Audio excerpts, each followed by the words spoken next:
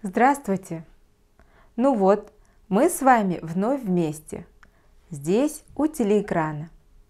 Я надеюсь, что вы приготовили, как всегда, тетрадь, где вы будете делать нужные в течение этого урока записи.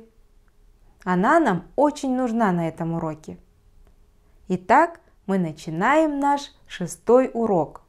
Сегодня на уроке узнаете, как сказать по-русски о состоянии, самочувствии человека. Узнаете, в какой форме использовать имена существительные, местоимения, когда вы говорите о состоянии человека. Научитесь рассказывать, как себя чувствует кто-либо. Для начала предлагаю посмотреть на рисунок. Он поможет уточнить значение некоторых слов, которые нам встретятся на уроке. Мальчик пришел к врачу. Мы еще можем сказать «мальчик на приеме у врача». То есть врач принимает его, разговаривает с ним, думает, как мальчику помочь. А почему надо помогать? Мальчик плохо себя чувствует. Чувствовать значит понимать, какое у тебя настроение, что у тебя болит, тебе плохо или хорошо. Обычно мы чувствуем себя нормально. А мальчик чувствует себя нормально, если он пришел к врачу? Скорее всего, ненормально. У него что-то болит, он нездоров, ему не здоровится. Вы обратили внимание на новые слова? Прием у врача, чувствовать себя, нормально, ненормально, не здоровится. Давайте посмотрим, как употребляется слово чувствовать. Чувствовать себя как? Хорошо, плохо, нормально. Люди иногда при встрече спрашивают друг друга: «Как вы себя чувствуете?» И слышат ответ: «Спасибо, хорошо» или «Спасибо, нормально». Вы обратили на это внимание? Попробуйте тоже иногда обращаться с этой фразой к тому человеку, с которым вы здороваетесь и знаете, что он недавно болел. Посмотрите на рисунки. Кому не здоровится? Бабушке не здоровится. Кому хочется яблок? Ей хочется яблок. Кто плохо себя чувствует? Девочка. Кому плохо? Девочке плохо. Кому не здоровится и хочется варенья? Карлсону не здоровится и хочется варенья. Вопросительное слово «кому» помогало нам задать вопросы, когда мы хотели узнать, кто как себя чувствует. Какой частью речи выражены слова, помогающие ответить на этот вопрос? На вопрос «кому»?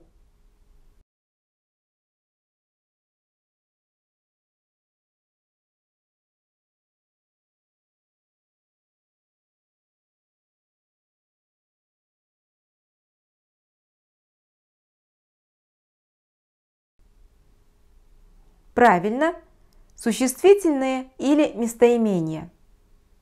В каком падеже мы употребляли эти слова? Какой падеж отвечает на вопрос «кому»? Помните? Конечно, дательный. Ну вот, теперь мы знаем, чтобы сказать о том, как себя чувствует человек, о самочувствии, состоянии человека, нужно задать вопрос «кому?» и употребить имя существительное или местоимение в дательном падеже без предлога. А еще нужно вспомнить, какие окончания у имен существительных в дательном падеже. Предлагаю посмотреть на таблицу. Окончание у существительных зависит от склонения. Так, существительные женского рода с окончаниями в именительном падеже «а», «я» – это существительное первое склонение, в дательном падеже имеют окончание «е». Например, «не здоровится» кому? Не здоровится бабушке. А если существительные мужского и среднего рода, второе склонение, имеют окончание в дательном падеже «у», «ю». Например, хочется кому? Другу. Существительные третьего склонения – это существительные с мягким знаком на конце, имеют окончание в дательном падеже «и». Вы немного подзабыли эти детали. Что делать? У вас в учебнике для 5 класса есть таблица склонения имен существительных. Попробуйте сделать для себя памятку и положите ее в свой портфолио. Это будет вам подсказкой, если что-то забудете. Вы можете возразить, что у вас нет учебника для 5 класса, но есть в библиотеке или у кого-нибудь из друзей. Итак, напоминаю, чтобы сказать о самочувствии человека, нам могут помочь имена существительные или местоимения в дательном падеже. Местоимение мы сейчас вспомним. Посмотрите на экран. В учебнике для 6 класса вы найдете на странице 41 эту таблицу. Это тоже хорошая подсказка в случае затруднения.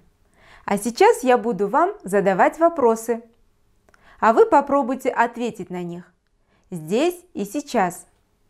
Представьте, что я вас слышу. Посмотрите образец на экране. Сын нездоров? Да, ему не здоровится. Как вы ответите на следующие вопросы? Обратите внимание, в скобках написаны слова, которые вам надо использовать. Анара сегодня радуется? Бакыт все еще плохо себя чувствует? Леша хочет заниматься спортом? Надеюсь, что у вас получилось дать ответы на мои вопросы. Жаль, что я их не слышу. Уверена, что вы ответили, что Анаре радостно, Бакыту все еще плохо, Леше хочется заниматься спортом. Ну а теперь прослушайте внимательно текст. Он называется «Как Азиз выздоравливал». Уже несколько дней Азиз не встает с постели. Мама не отходит от него. Она готовит самые вкусные блюда. То курдак, то бешбармак. Но Азизу не нравится такая жизнь. Надоело ему лежать в постели. Ему хочется к отцу на пастбище. Однажды утром Азиз проснулся и увидел отца, который сидел около постели. Азиз закричал: «Я хочу к тебе! Уедем отсюда!» «Ладно, сынок, ладно», – улыбнулся отец. «Сейчас поедем. Мать, одень сына». Отец сел на лошадь, положил перед собой мягкую подушку, посадил на нее Азиза, и они поехали. Только не на пастбище, а в другую сторону. «Куда мы едем?» – спросил Азиз. «В Аил, сынок», – сказал отец. И вот, или от чистого воздуха, или от быстрой езды стало Азизу вдруг хорошо, и уже ничего не болело. Я прошу вас открыть тетради. Вам предстоит записать слова, которые необходимо вставить в предложение вместо точек. У вас будет на это время. Готовы? Посмотрите на экран. У вас 5 предложений, которых пропущены слова. Вам нужно восстановить предложение. Если вы внимательно слушали текст и поняли его, у вас все получится. Итак, вы записываете номер предложения и слово, которое нужно вставить. Не здоровится уже несколько дней. Кому не здоровится? Запишите ответ. Тревожно. Ребята, кому тревожно? Запишите ответ одним словом. Не нравится лежать в постели. Кому не нравится? Решил поехать в аил. Кто решил поехать с сыном в аил? И последнее. Кому нравится жить на свежем воздухе в горах?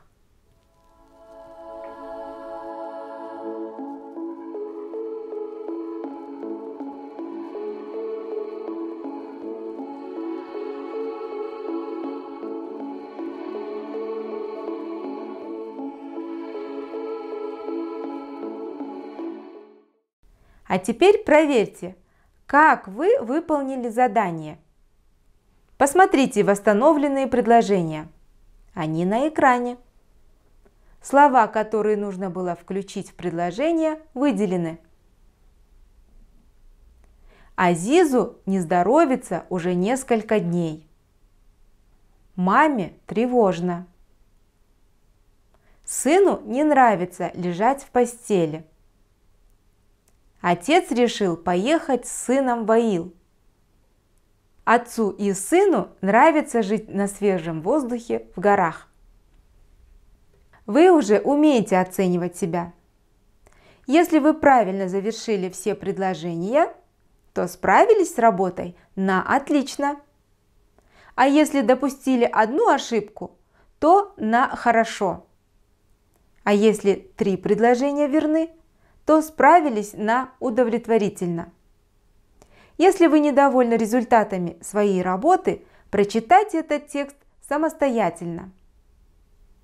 Ну вот, история с Азизом закончилась хорошо.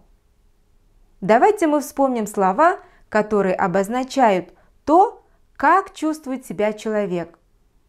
Я попрошу подготовить тетради.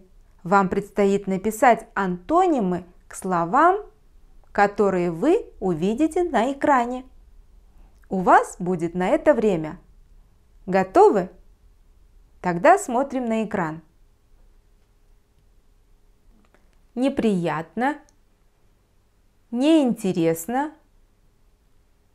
неудобно, грустно, трудно.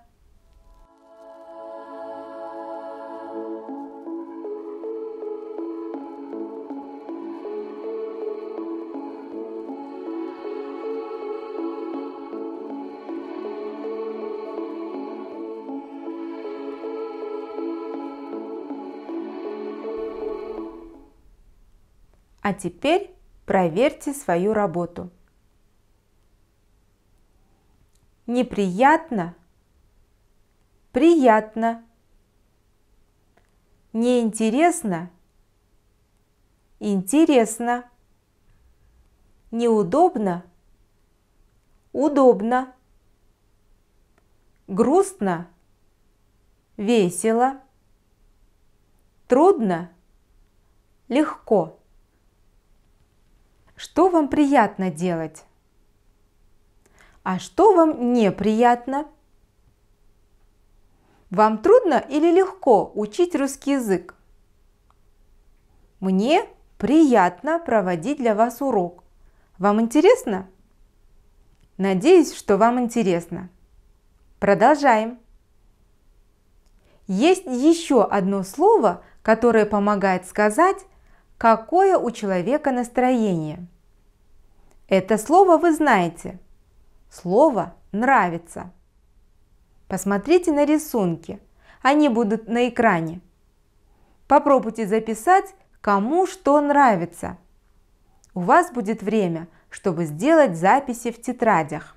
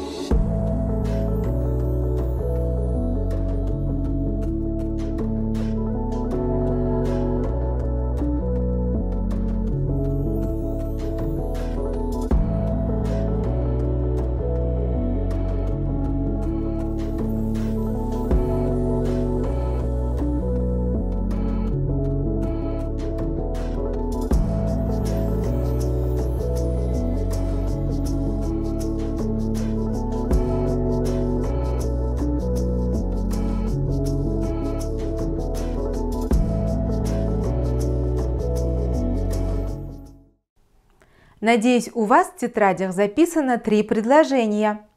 У меня получились такие. Мальчикам нравится играть в футбол. Девочке нравится читать книги. Дедушке нравится пить чай. Мы сказали, что нравится мальчикам, девочке, дедушке. Мы узнали, что нравится Азизу и его отцу. А сейчас предлагаю посмотреть небольшое видео, которое сняли туристы о Кыргызстане, и после чего вам предстоит записать, что нравится туристам у нас в республике.